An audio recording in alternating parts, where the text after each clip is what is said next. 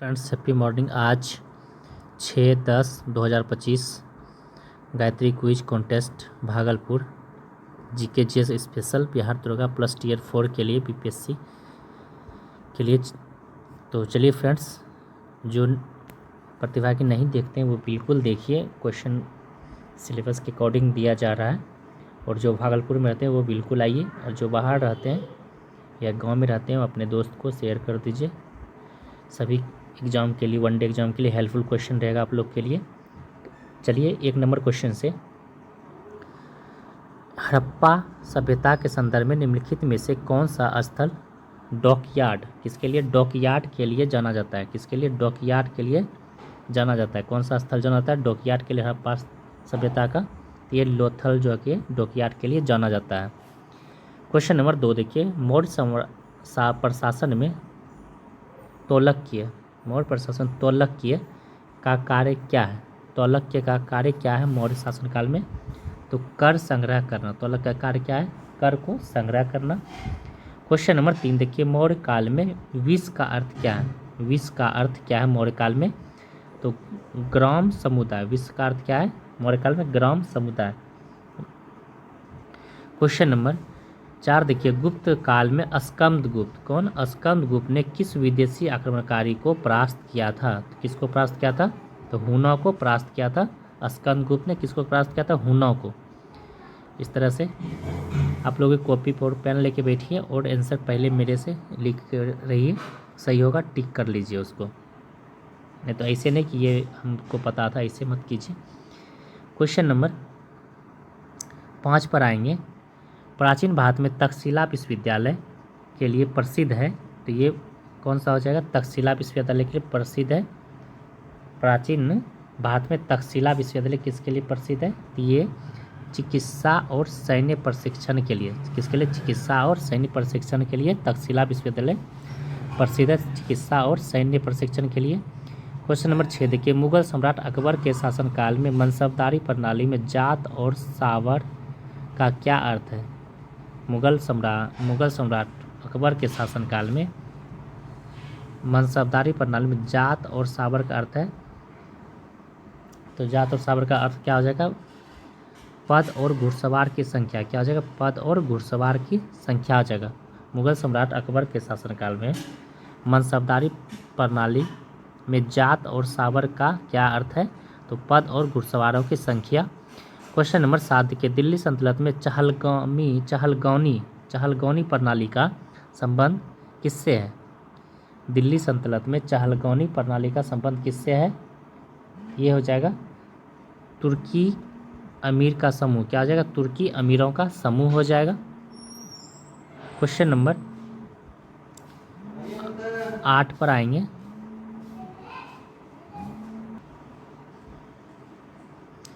Question number 8 देखिए, विजयनगर साम्राज्य में अमरनायक का मुख्य कार्य क्या है?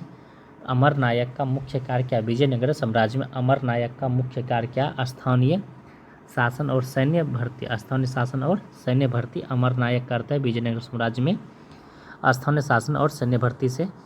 क्वेश्चन नंबर 9 देखिए, 1857 के विद्रोह के दौरान मेरठ में विद्रोह की शुरुआत कब हुई थी? 10 मई 1857 को। 1857 के विद्रोह के दौरान मेरठ में विद्रोह की शुरुआत कब हुई थी? 10 मई 1858 को। क्वेश्चन नंबर 10 देखिए, भारतीय राष्ट्र कांग्रेस के 1907 के सूरत अधिवेशन में क्या हुआ था? तो सूरत अधिवेशन में क्या हुआ था 1907 में? गरम दल और नरम दल का विभाजन। क्या हुआ था? गरम दल और नरम दल का विभाजन हुआ था 1907 में। सूरत अधिवेशन के समय, सूरत अधिवेशन 1907 में हुआ था। उस समय भारतीय राष्ट्र कांग्रेस के अधिवेशन में क्या हुआ था? तो गरम दल और नरम दल का विभाजन हुआ था 1907 में। क्वेश्चन नंबर 11 पर आएंगे, और जो फ्रेंड्स भागलपुर में रहते हैं वो अब क्विज का टाइम 7 बजे से हो गया है, तो आप उस 7 बजे आइए। क्वेश्चन नंबर 11 देखिए, रोलैक्ट एक्ट 1919 का मुख्य प्रावधान क्या है? तो रोलैक्ट एक्ट 1919 का मुख्य प्रावधान क्या है, ये पूछा जा रहा है। ये हो जाएगा बिना मुकदमा नज़रबंदी। क्या हो जाएगा? रोलैक्ट एक्ट का बिना मुकदमा का नज़रबंदी। क्वेश्चन नंबर 12 देखिए, आज़ाद हिंद फौज की स्थापना किस वर्ष हुआ था? 1942 में सिंगापुर में। और आज़ाद हिंद सरकार पूछेगा तो 1943 में हो जाएगा। फौज पूछता है तो 1942 हो जाएगा सिंगापुर में। क्वेश्चन नंबर 13 देखिए, क्रिप्स मिशन 1942 का मुख्य उद्देश्य क्या है? इसका मुख्य उद्देश्य क्या है? युद्ध में भारतीय सहयोग प्राप्त करना। युद्ध में भारतीय सहयोग प्राप्त करना। युद्ध में भारतीय सहयोग प्राप्त करना। क्रिप्स मिशन 1942 का मुख्य उद्देश्य क्या है? भारत में भारतीय सहयोग प्राप्त करना। क्वेश्चन नंबर 14 पर आएंगे। निम्नलिखित में कौन सा क्रांतिकारी संगठन काकोरी कांड 1925 से जुड़ा है? काकोरी कांड 1925 से जुड़ा है कौन? ये हो जाएगा हिंदुस्तान सोशलिस्ट रिपब्लिक। काकोरी कांड 1925 से जुड़ा है, हिंदुस्तान सोशलिस्ट रिपब्लिक जुड़ा है। क्वेश्चन नंबर 15 देखिए, माउंट बेटन योजना का संबंध किससे है? तो माउंट बेटन योजना का संबंध किससे है? माउंट बेटन योजना किससे? माउंट बेटन योजना भारत विभाजन से। माउंट बेटन योजना किससे संबंधित है? भारत विभाजन से माउंट बेटन योजना भारत विभाजन से संबंधित है। क्वेश्चन नंबर 16 देखिए, दांडी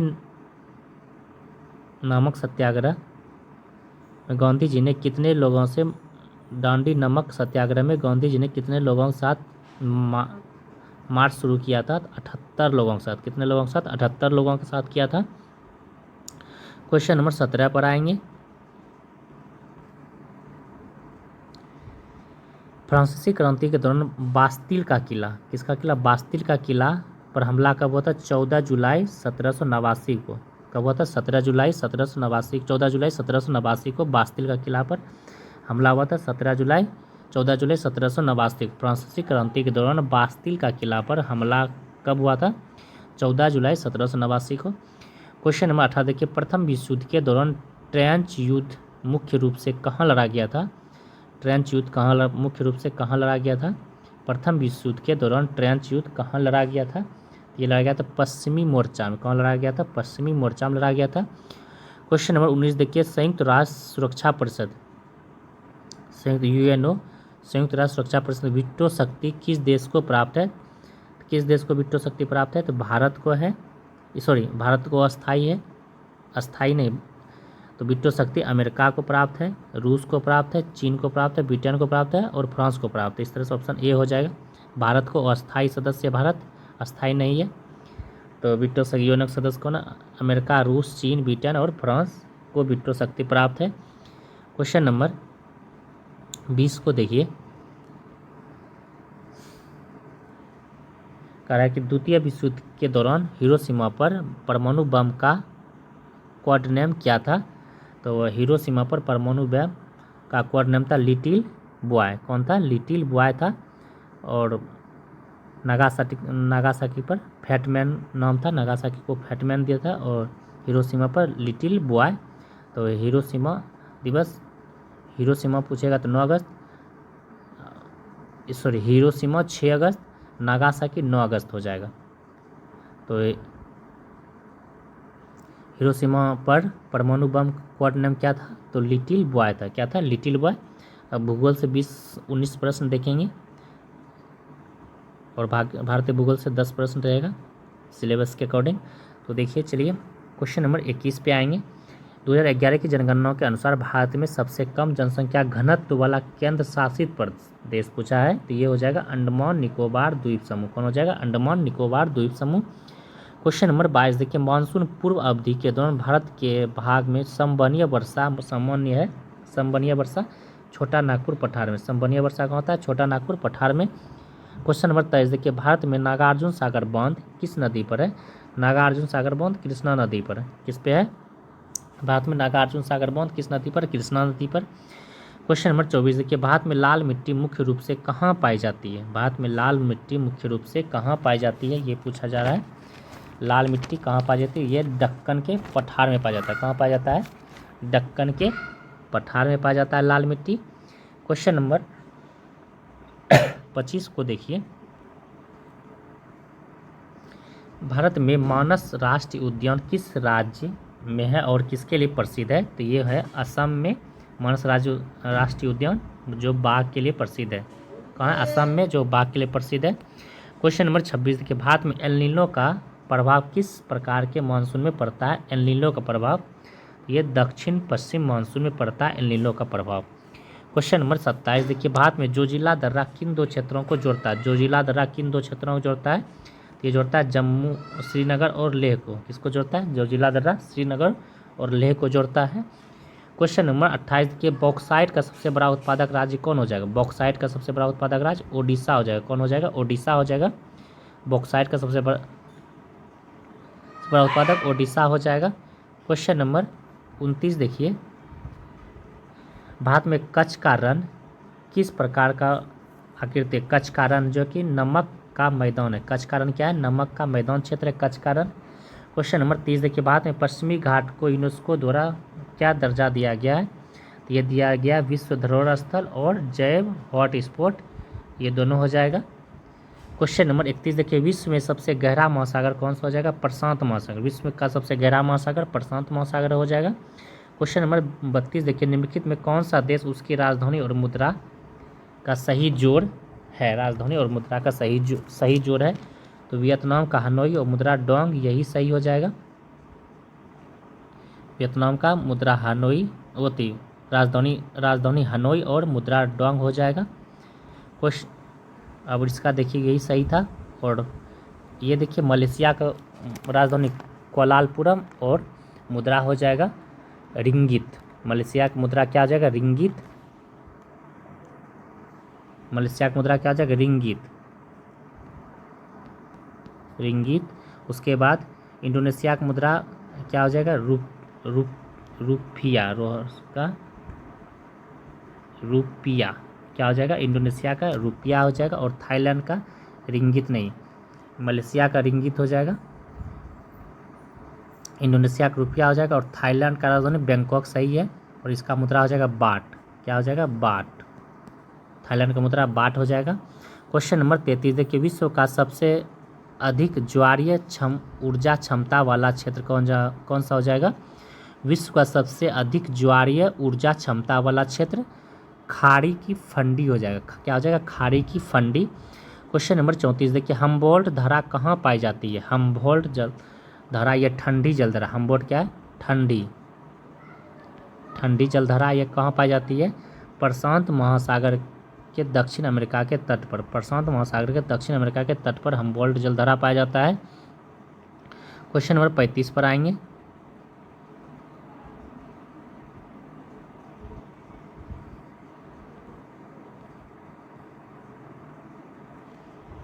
विश्व में ग्रेट बैरियर रीफ की सबसे बड़ी खतरा किससे है? विश्व में ग्रेट बैरियर रीफ से सबसे बड़ी खतरा किससे है?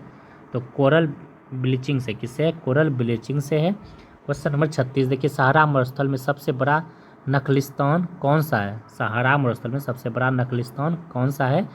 तो फयूम है। कौन सा है? फयूम हो जाएगा। सहारा मरुस्थल का सबसे बड़ा नखलिस्तान फयूम हो जाएगा। कौन सा हो जाएगा? फयूम। कौन हो जाएगा? फयूम। क्वेश्चन नंबर 37 देखिए, पेरिस समझौता का मुख्य उद्देश्य क्या है? पेरिस समझौता का मुख्य उद्देश्य क्या है? यही पूछ रहा है। पेरिस समझौता का मुख्य उद्देश्य वैश्विक तापमान वृद्धि को 2 डिग्री, वैश्विक तापमान वृद्धि को 2 डिग्री सेल्सियस से नीचे रखना। वैश्विक तापमान वृद्धि को 2 डिग्री सेल्सियस से नीचे रखना। क्वेश्चन नंबर 38 देखिए, निम्नलिखित में कौन सा जीव किस्टोन, बहुत बढ़िया क्वेश्चन है, किस्टोन प्रजाति का उदाहरण है? तो मधुमक्खी। कौन हो जाएगा? किस्टोन प्रजाति का उदाहरण कौन सा हो जाएगा? मधुमक्खी हो जाएगा। अब देखिए, कृषि और पशुपालन से एक क्वेश्चन करा है कि क्लीन डेवलपमेंट मैकेनिज्म किस समझौता का हिस्सा है? क्लीन डेवलपमेंट मैकेनिज्म किस समझौता का हिस्सा है? ये हो जाएगा आपका क्योटो प्रोटोकॉल। क्या हो जाएगा? क्योटो प्रोटोकॉल का हिस्सा है। क्वेश्चन नंबर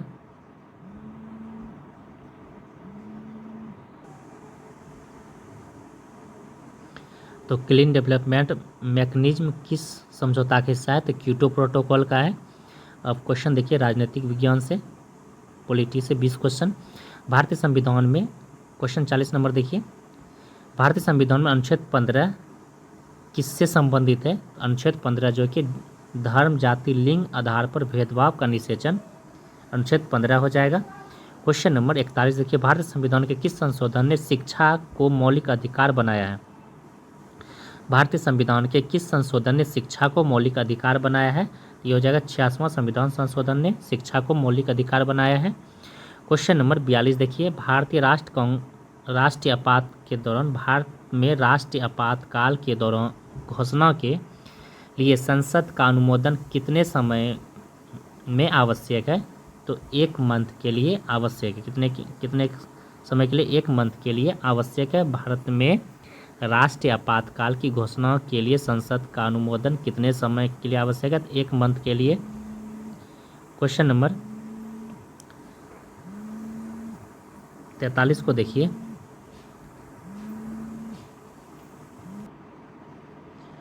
क्वेश्चन नंबर 43 देखिए, भारतीय संविधान में संघीय ढांचा, कौन सा ढांचा? संघीय ढांचा की मूल संरचना का सिद्धांत किस मामले में स्थापित हुआ है? तो ये किस मामले में स्थापित हुआ है? ये केशवानंद भारती मामले में। किसमें? केशवानंद भारती में। संघीय केशवानंद भारती मामले में हुआ है। क्वेश्चन नंबर 44 देखिए, भारत में लोक लेखा समिति का गठन किसके द्वारा किया जाता है? तो लोकसभा अध्यक्ष के द्वारा। लोक लेखा समिति का गठन लोकसभा अध्यक्ष के द्वारा। क्वेश्चन नंबर 45 देखिए, भारतीय संविधान का कौन सा अनुच्छेद विधानमंडल में एंग्लो इंडियन सदस्य की नामांकन की व्यवस्था करता है? एंग्लो इंडियन सदस्य के नामांकन की व्यवस्था करता है। यह हो जाएगा अनुच्छेद 333। Anglo Indian 333। और इसी में पूछेगा एंग्लो इंडियन लोकसभा में पूछेगा, लोकसभा में तो हो जाएगा 331। लोकसभा में पूछेगा तो 331। और विधानमंडल में पूछ रहा है तो ये हो जाएगा 333। विधानमंडल में 333 और लोकसभा में एंग्लो इंडियन 331 हो जाएगा। इस तरह से याद रखेंगे। क्वेश्चन नंबर 46 पर आएंगे। भारत में निर्वाचन आयोग की स्वायत्तता को कौन सा अनुच्छेद सुनिश्चित करता है? निर्वाचन आयोग की स्वायत्तता को कौन सा अनुच्छेद सुनिश्चित करता है? ये अनुच्छेद 324 हो जाएगा। कौन सा हो जाएगा? अनुच्छेद 324। क्वेश्चन नंबर 47 देखिए, भारतीय संविधान में मौलिक कर्तव्य को कब शामिल किया गया है? तो 42वां संविधान संशोधन 1976 के द्वारा। किसके द्वारा? 42वां संविधान संशोधन 1976 के द्वारा मौलिक कर्तव्य को शामिल किया गया है। क्वेश्चन नंबर 48 देखिए, भारत में न्यायिक सक्रियता का सबसे प्रमुख उदाहरण क्या है? न्यायिक सक्रियता का सबसे प्रमुख उदाहरण क्या है? ये हो जाएगा विशाखा बनाम राजस्थान राज्य। कौन हो जाएगा? विशाखा बनाम राजस्थान राज्य। क्वेश्चन नंबर 49 देखिए, दूसरा निर्वाचक क्षेत्र सेकेंडरी चैम्बर, दूसरा निर्वाचन क्षेत्र सेकेंडरी चैम्बर शब्द किस सदन के लिए प्रयोग किया जाता है? तो राज्यसभा के लिए। किसके लिए किया जाता है? तो राज्यसभा के लिए किया जाता है। क्वेश्चन नंबर 50 को देखेंगे, भारतीय संविधान में संघ सूची में कितने विषय हैं? तो संघ सूची में 100 विषय हो जाएगा। संघ सूची में, राज्य सूची में 61, राज्य सूची में कितना हो जाएगा? राज्य में 61 और संवर्ती में कितना हो जाएगा? संवर्ती में हो जाएगा 52 विषय। संवर्ती सूची में 52 विषय हो जाएगा। संघ सूची में 100 संघ सूची में 100 और राज्य सूची में 61 और संवर्ती सूची में 52 हो जाएगा। क्वेश्चन नंबर 52 देखिए, भारत में लोकपाल की नियुक्ति कौन करता है? भारत में लोकपाल की नियुक्ति कौन करता है? तो भारत में लोकपाल की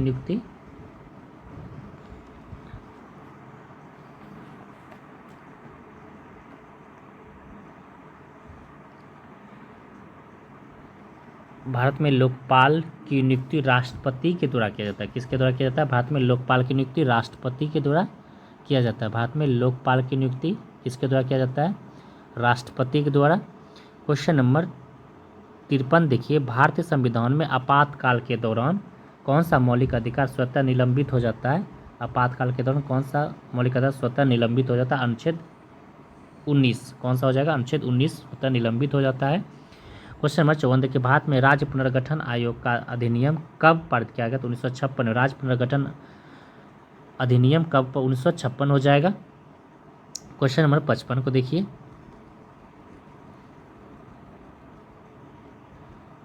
ये क्वेश्चन वित्त आयोग का गठन किसके द्वारा किया जाता है? क्वेश्चन 50 देखिए, वित्त आयोग का गठन किसके द्वारा किया जाता है? वित्त आयोग का गठन राष्ट्रपति के द्वारा। किसके द्वारा? वित्त आयोग का गठन राष्ट्रपति के द्वारा। क्वेश्चन नंबर 55 को देखिए, जन प्रतिनिधित्व अधिनियम 1951 मुख्यतः किससे संबंधित है? जन प्रतिनिधित्व अधिनियम 1951 मुख्यतः किससे संबंधित है? ये देख लीजिए, ये किससे हो जाएगा? चुनाव सुधार से। किससे हो जाएगा? चुनाव सुधार से हो जाएगा। जन प्रतिनिधित्व अधिनियम 1951, जन प्रतिनिधित्व अधिनियम 1951 किससे संबंधित है? चुनाव से। क्वेश्चन नंबर 56 देखिए, भारत में सहकारी संघवाद का सबसे अच्छा उदाहरण क्या है? जीएसटी परिषद। भारत में सहकारी संघवाद का सबसे अच्छा उदाहरण क्या है? जीएसटी परिषद।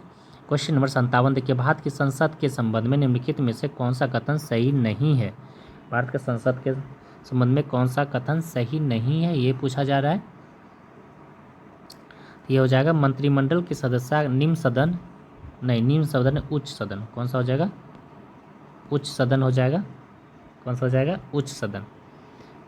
भारत की संसद के संबंध में कौन सा कथन सही नहीं है? तो मंत्रिमंडल सदस्य निम्न सदन है, नहीं उच्च सदन हो जाएगा। क्वेश्चन नंबर 58 को देखेंगे।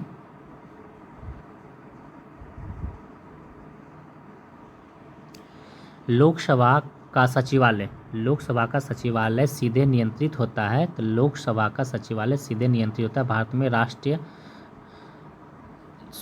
लोक अध्यक्ष के द्वारा। किसके द्वारा? लोक अध्यक्ष के द्वारा लोकसभा का सचिवालय सीधे नियंत्रित होता है। लोकसभा के अध्यक्ष के द्वारा। लोकसभा का सचिवालय सीधे नियंत्रित होता है लोकसभा के अध्यक्ष के द्वारा। किसके द्वारा? लोकसभा के अध्यक्ष के द्वारा। लोकसभा के अध्यक्ष के द्वारा।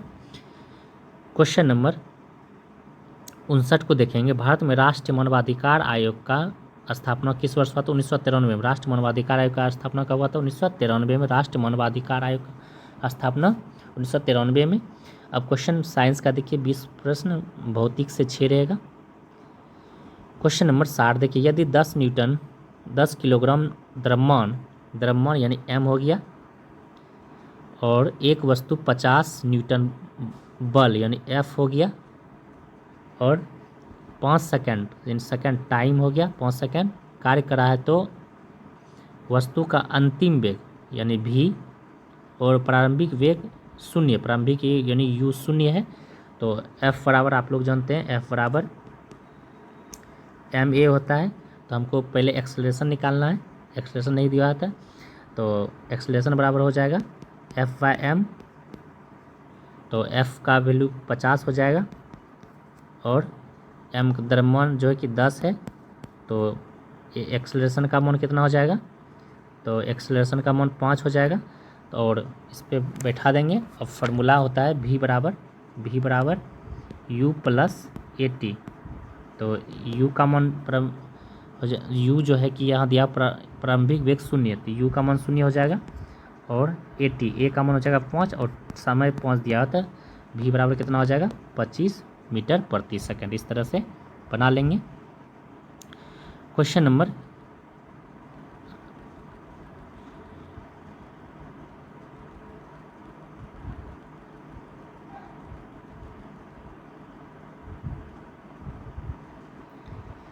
61 को देखेंगे।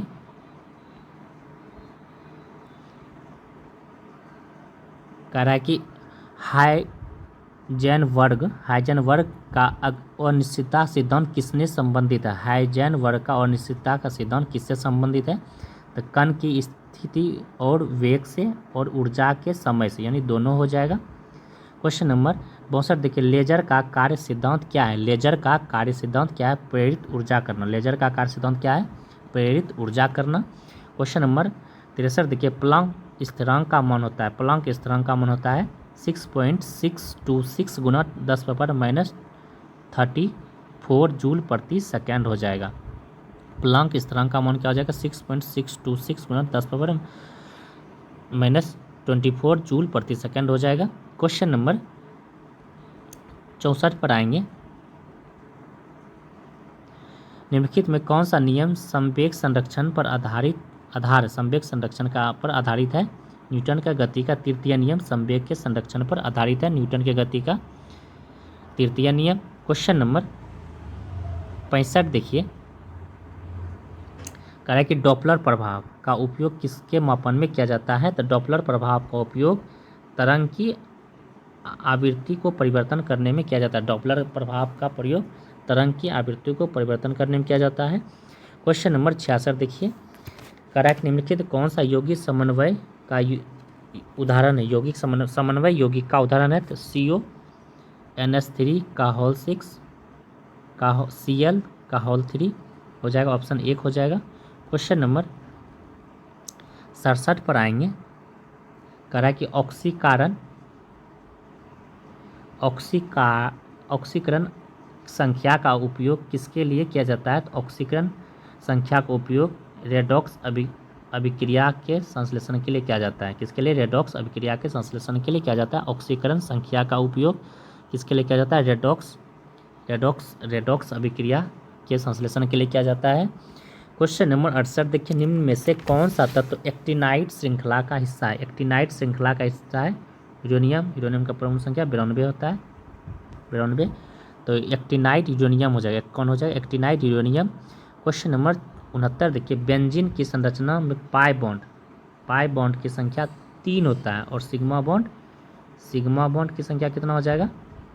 12। पाई बॉन्ड 3 और सिग्मा बॉन्ड 12 हो जाएगा। बेंजीन का फार्मूला आता है C6H6 बेंजीन का फार्मूला आता है और बेंजीन का संरचना इस तरह से होता है।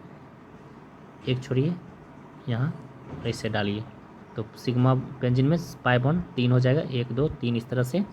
क्वेश्चन नंबर 70 देखिए, मून साइन बीमारी किसके कारण होता है? मून साइन बीमारी किसके कारण होता है? मून साइन बीमारी कौन सा है? मून साइन बीमारी किसके कारण होता है? ये पूछा जा रहा है। मून साइन बीमारी किसके कारण होता है? ये होता है इलेक्ट्रॉन की युग्मदाता। कौन सा हो जाएगा? क्या करें? मून साइन बीमारी किसके कारण होता है? मून साइन बीमारी होता है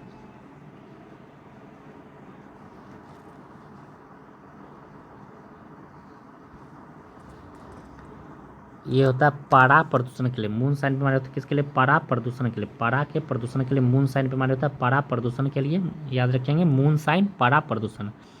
क्वेश्चन नंबर 71 देखिए, लेविस आधार की परिभाषा है इलेक्ट्रॉन युग्मदाता।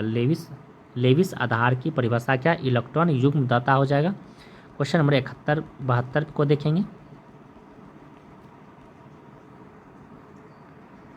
और जीव विज्ञान का 7 प्रश्न, मानव शरीर में माइक्रोकॉन्ड्रिया का मुख्य कार्य क्या है? मानव शरीर में माइक्रोकॉन्ड्रिया का मुख्य कार्य क्या है? एटीपी का उत्पादन। किसका हो जाएगा? एटीपी का उत्पादन हो जाएगा।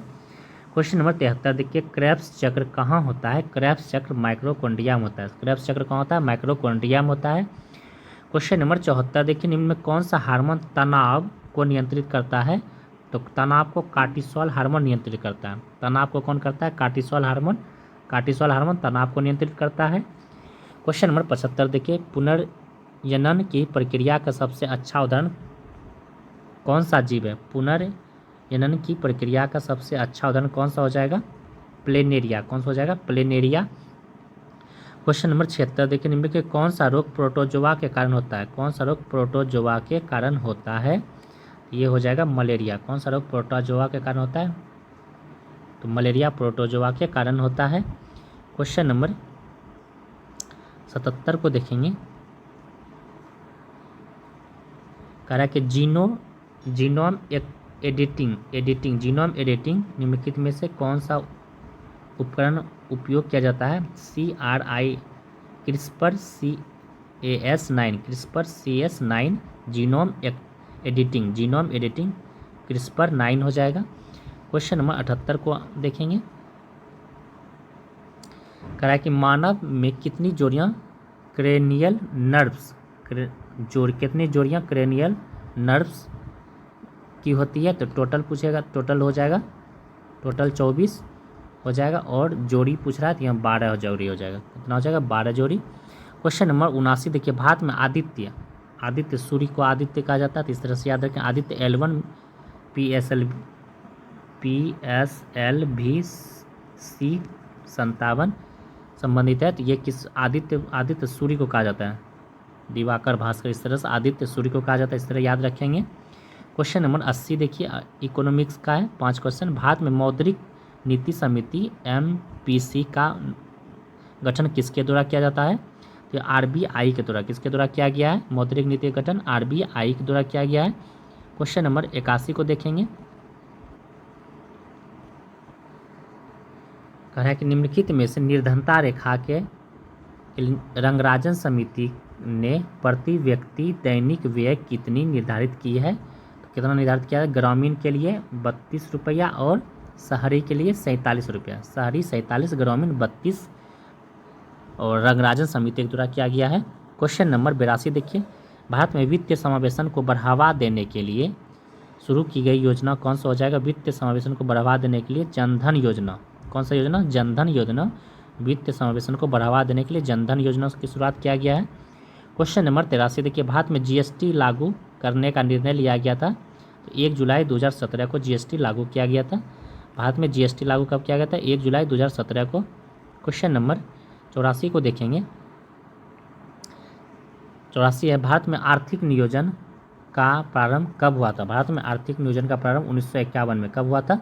1951 में भारत में आर्थिक नियोजन का प्रारंभ 1951 में। क्वेश्चन नंबर 85 देखिए। फायरवॉल का मुख्य कार्य क्या है? फायरवॉल का मुख्य कार्य क्या है? तो डाटा को सुरक्षित करना। क्या हो जाएगा? फायरवॉल का मुख्य कार्य क्या हो जाएगा? डाटा को सुरक्षित करना। फायरवॉल का मुख्य कार्य हो जाएगा डाटा को सुरक्षित करना। क्वेश्चन नंबर 86 देखिए। इनमें कौन सा प्रोटोकॉल ईमेल ट्रांसफ़र के लिए उपयोग किया जाता है? ईमेल्स जानिए शॉर्ट मैसेज होता है, तो इस तरह से S से शॉर्ट हो जाएगा, SMTP हो जाएगा, SMTP। क्वेश्चन नंबर 87 देखिए। निम्नलिखित में कौन सा नृत्य शैली तांडव और लास्य, बहुत अच्छा है, तांडव और लास्य किससे संबंधित हो जाएगा? भरतनाट्यम से। किससे हो जाएगा? भरतनाट्यम से हो जाएगा। तांडव और लास्य सिद्धांत के पर आधारित है, भरतनाट्यम से।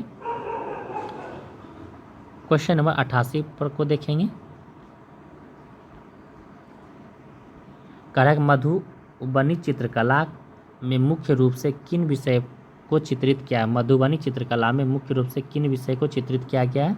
ये पौराणिक और धार्मिक कथाओं, किसको? पौराणिक और धार्मिक कथाओं को मधुबनी चित्रकला के रूप में मुख्य रूप में विषय में चित्रित किया है, पौराणिक और धार्मिक कथाओं में। क्वेश्चन नंबर 89 को देखिए, और ये बिहार विशेष से हो जाएगा। यह है, बिहार में विक्रमशिला विश्वविद्यालय की स्थापना किस वंश ने किया था? ये पाल वंश ने किया था। बिहार में विक्रमशिला विश्वविद्यालय का स्थापना किस वंश ने किया था? पाल वंश ने। क्वेश्चन नंबर 90 देखिए। बिहार में निम्नलिखित में से किस स्थान पर पहली बार चाय बागान की स्थापना की गई है? तो बिहार में पहली बार चाय बागान की स्थापना किया गया ठाकुरगंज में। कहाँ किया गया? ठाकुरगंज में। क्वेश्चन नंबर 91 देखिए। बिहार में महाबौद्धिक मंदिर, याद रखें, बिहार में महाबौद्धिक मंदिर को यूनेस्को के विश्व धरोहर स्थल में कब दर्ज किया गया? 2002 में। कब किया गया है? 2002 में किया गया, ये भी याद रखेंगे। क्वेश्चन नंबर 92 देखिए। कोसी महानंदा दोआब क्षेत्र किस फसल के उत्पादन के लिए प्रसिद्ध है? कोसी महानंदा जो है ये किशनगंज साइड है, तो ये जूट के लिए हो जाएगा। क्वेश्चन नंबर 93 को देखेंगे। 2024 में भारत के उपराष्ट्रपति कौन थे? 2024 में भारत के उपराष्ट्रपति कौन थे?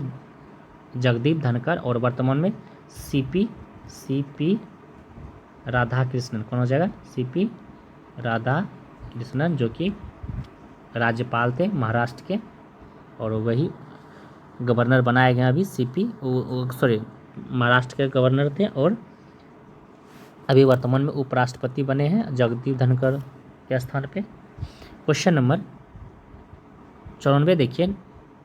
2024 में G20 शिखर सम्मेलन का आयोजन कहाँ हुआ? तो ये हो जाएगा रियो डी जेनेरियो, ब्राज़ील में। कहाँ हो जाएगा? रियो डी जेनेरियो, ब्राज़ील में। 2024 में G20 शिखर सम्मेलन रियो डी जेनेरियो, ब्राज़ील में। क्वेश्चन नंबर 95 को देखेंगे।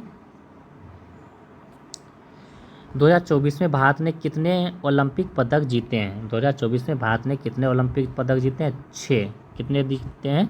6 पदक जीते हैं। क्वेश्चन नंबर 96 देखिए। 2024 में भारत का पहला सौर मिशन कौन हो जाएगा? सौर सूर्य आदित्य L1 PSLV C57 हो जाएगा। क्वेश्चन नंबर 97 देखिए। 2024 में नोबेल का शांति पुरस्कार किससे प्रदान किया गया? निहोन हिंदाक्यो को। किसको? निहोन हिंदाक्यो को 2024 का नोबेल पुरस्कार दिया गया है। क्वेश्चन नंबर 98 देखिए, अब विविध से क्वेश्चन है। विश्व पर्यावरण दिवस 2024 की थीम क्या थी? ये भूमि पुनर्जन्म। क्या हो जाएगा? भूमि पुनर्जन्म। विश्व पर्यावरण दिवस का थीम है भूमि पुनर्जन्म। क्वेश्चन नंबर 99 देखिए, विंग्स ऑफ फायर पुस्तक के लेखक कौन है? तो एपीजे अब्दुल कलाम हो जाएगा। विंग्स ऑफ फायर पुस्तक के लेखक एपीजे अब्दुल कलाम हो जाएगा। क्वेश्चन नंबर 100 को देखेंगे। कह रहा है कि इसरो का पूर्ण रूप क्या है? Indian Space Research Organisation. क्या हो जाएगा? इंडियन स्पेस रिसर्च ऑर्गेनाइजेशन हो जाएगा। और इसरो का स्थापना 15 अगस्त 1969 हो जाएगा। 15 अगस्त 1969 को इसरो का स्थापना हुआ था।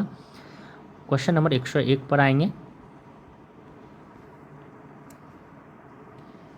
कह रहा है कि इतिहास और हर सब्जेक्ट से ऐसा क्वेश्चन दिया गया है। कथन निष्कर्ष वाला 1857 का विद्रोह भारत का प्रथम स्वतंत्रता संग्राम था। ये बिल्कुल सही है। यह विद्रोह चर्बी वाले कारतूस के उपयोग के कारण शुरू किया गया था। ये भी सही है। यानी कि ए और आर दोनों सही। ए आर का सही व्याख्या भी कर रहा है। ऑप्शन 1 सही हो जाएगा। क्वेश्चन 102 देखिए, भूगोल से है। भारत में मानसून की अनियमितता एल नीनो के कारण होता है। ये भी सही है। एल नीनो एक प्रशांत महासागर में समुद्री सतह के तापमान वृद्धि के कारण है। ये भी सही है।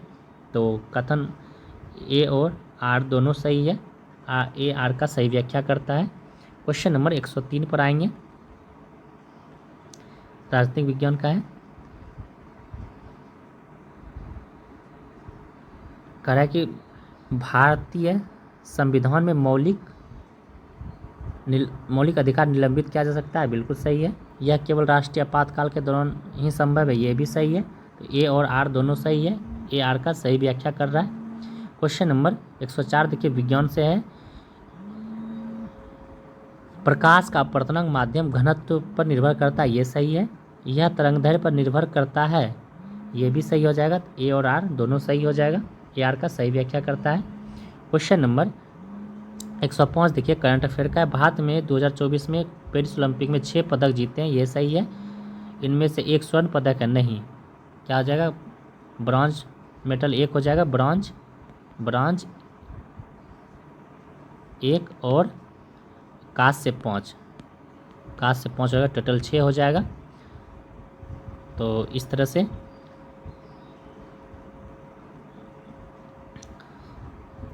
आज का सेशन है। और अब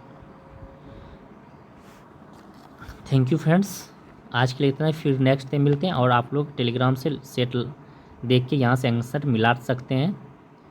थैंक यू।